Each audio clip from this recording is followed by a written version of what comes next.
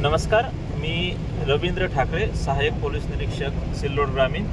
कालपासून सुरू असलेल्या मुसळधार पावसामुळे सिल्लोड ग्रामीण भागामध्ये मोठ्या प्रमाणावर नदी, नाले, ओढे यांना पूर आलेला आहे. आज दिनांक 16/9/2025 सकाळी 7 वाजताची ही परिस्थिती आहे. सिल्लोड ग्रामीण भागातील कोटनांद्रा, चारनेर, आमठाणा, घाटनांद्रा, केळगाव, बोरगाव बाजार, बोरगाव सारवणी, बोरगाव वाडी आणि संपूर्ण पूर्णा काठावर मोठ्या प्रमाणावर पुराचे पाणी शिरलेलं आहे.